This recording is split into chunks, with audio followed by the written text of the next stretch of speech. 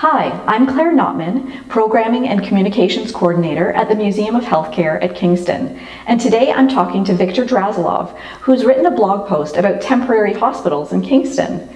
But before we get started into your blog, Victor, can you tell us a little bit about yourself? My name is Victor. I'm a public programs assistant with the museum here. I've been working here for 8 months total, 4 months last year and 4 months this year. And when I'm not working here, I'm a history student at Queen's University. Great. So let's talk about your blog.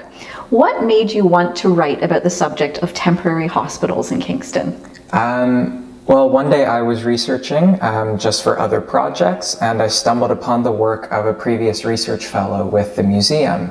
He had written about the impact of the Spanish flu in Kingston, and I thought the most interesting part was his mention of all these temporary emergency hospitals that sprung up.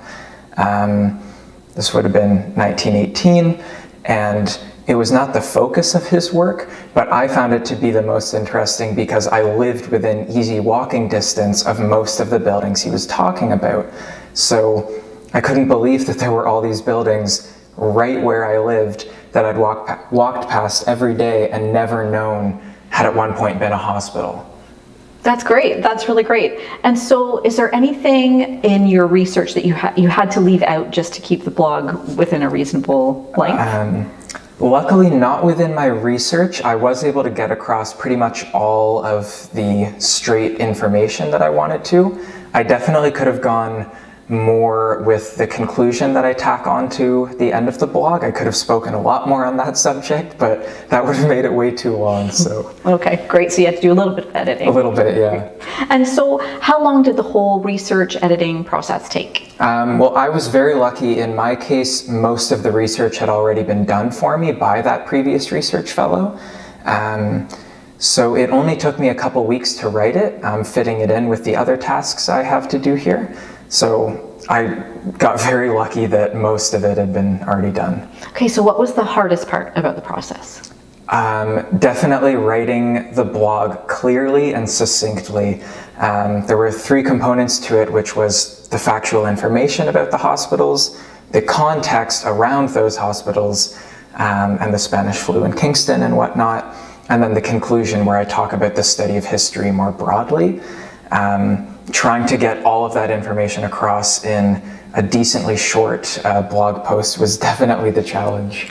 And so obviously you're very interested in this topic. So why should the general public care about this topic or know about it? The answer for that is twofold. First of all, it is about the history of the previous sort of most major, most impactful, and most deadly pandemic that we've faced.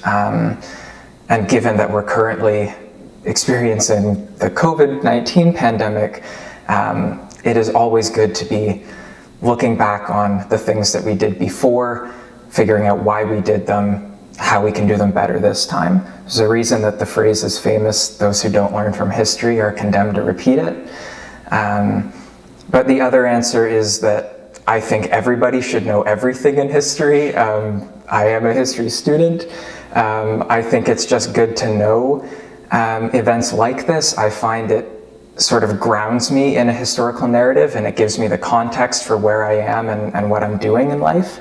And I think it helps you become more empathetic. So overall, I just think that knowing these things is a benefit to your mental health. In a town full of history like Kingston, how well known do you think this history is in the Kingston area?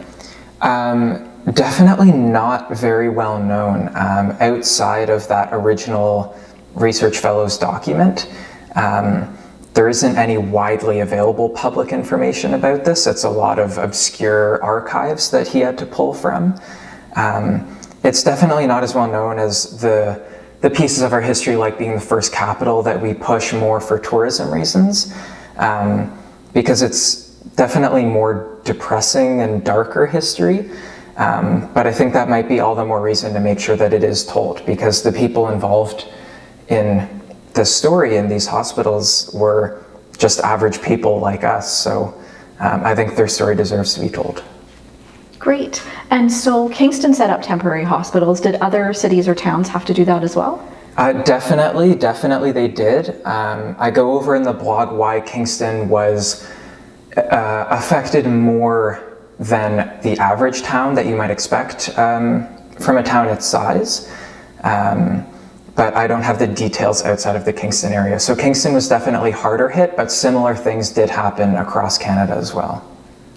Thanks, Victor. And if you haven't had a chance to read Victor's piece and hundreds of other blog posts, you can visit www.museumofhealthcare.blog.